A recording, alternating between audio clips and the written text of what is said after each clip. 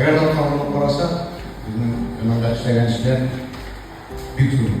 Mesela o işleyen işlerden birisinde zamanı kapımı sızlıklara giden, birisinde bir öde girip, çiftten girip işleyen işler duruyor.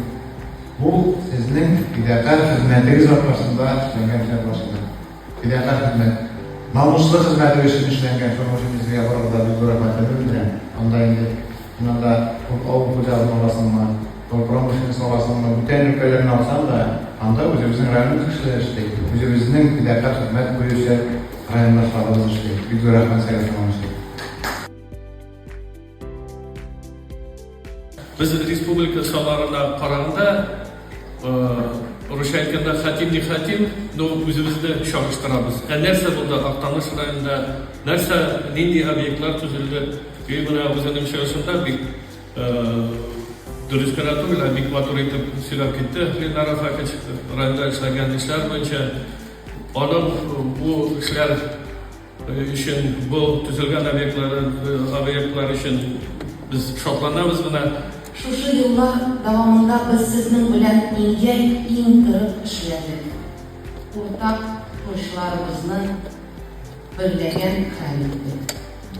Верим, что именно наша совместная работа, когда все общество, лидеры общественного мнения, руководители предприятий, неравнодушные граждане, руководители городов и районов под руководством нашего лидера Рустама Нургалиевича Валиханова смотрят в одном направлении и работают ради одной цели, вот именно это единение является залогом того, что наша республика лидер в Российской Федерации по многим показателям.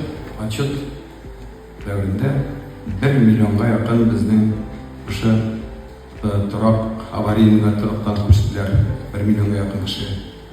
1 миллионнан артык без сездә бар ул социальный газификация дигән ул шушы программа буенча миллионнан артык домовладение дип әйтәбез. Тоже газ керде. Гигабайт программа беләсезгездә.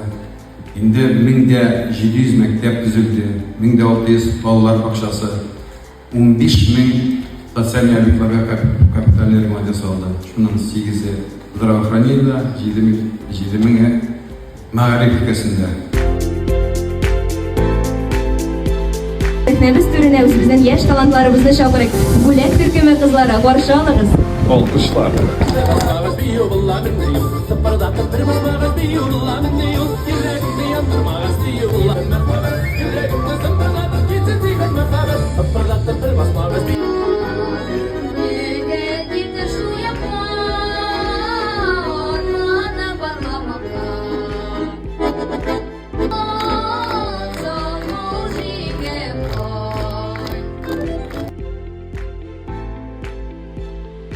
Сегодня мы подводим итоги 5-летней работы, и результаты могут нас радовать.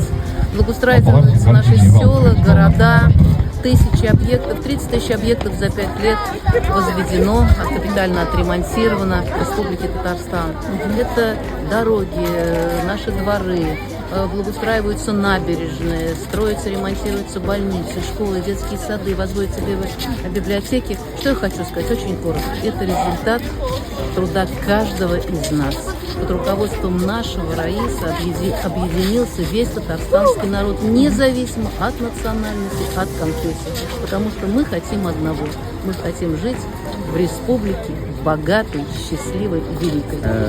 Республиканың менә бу уңышлары аның мен беренче чиртта уйлыйм, аның җитәкчеләрендә дип. Менә безнең бик безгә файзлы дип әйтәм. Сезнең якташыгыз Минтимер Шәрипович менә бик матур алып киткән иде республиканы. Менә аны бүген көндә Рустам Нургалиевич бик матур итеп алып бара. Шуңа күрә бүген мин менә әйтә алам, шундый мин инде финансист буларак бүген менә залда да әйтеп үттем. Цифрларга табынсак, менә 10 елны безнең ВРП булган, ВРП шундый показатель бар, күрсәткеч экономический 1 триллион булса, без үткән елны 6 триллион белән битердек. Моны 89 субъектның бер генә субъектта мондый күрсәткечкә ирешә алмады. Шуңа күрә без республикада менә шулай эшләр гөрләп баргач, бюджетка керемнәр дә күбрәк. Бюджетка керемнәр күбрәк булгач, социаль объектлар төзелә бүгендә, ремонтлана, төрле программалар эшли. И моның нәтиҗәсендә безнең производство. Шуңа күрә бу биекләргә республика җитте, минемчә Ең bir gina so'z bilan javob bergan bo'lar, xalqning tirikchiligi bilan. Xalqning tirikchiligi bilan mana kim qo'yag'ini ishlamasin, avul xo'jaligi bo'lsin, ekonomikaning nindi tarmog'ini olsak da tirish xalq, birdam xalq, bir-birimizni ko'p millatli respublika bo'lib, ko'p konfessiyali respublika bo'lib, mana bugungi kunda respublikamizda 175 turli millat xalqi yashaydi. Bir oila bo'lib, o'zining tarixini saqlab, shu vaqtda o'zining tilini saqlab, shularga bizning butun mumkinchiligimiz respublikada bor, to'ldirilgan mumkinchiliklar.